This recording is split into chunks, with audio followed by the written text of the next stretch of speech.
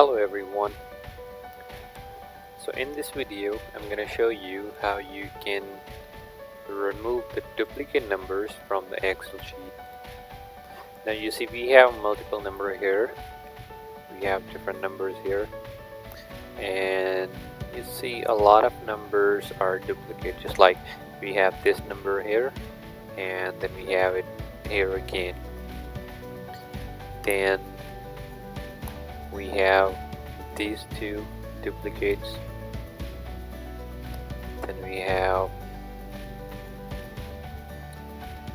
these two duplicates here. So we have multiple duplicate numbers. So we want to just remove these duplicate numbers. Just select this row.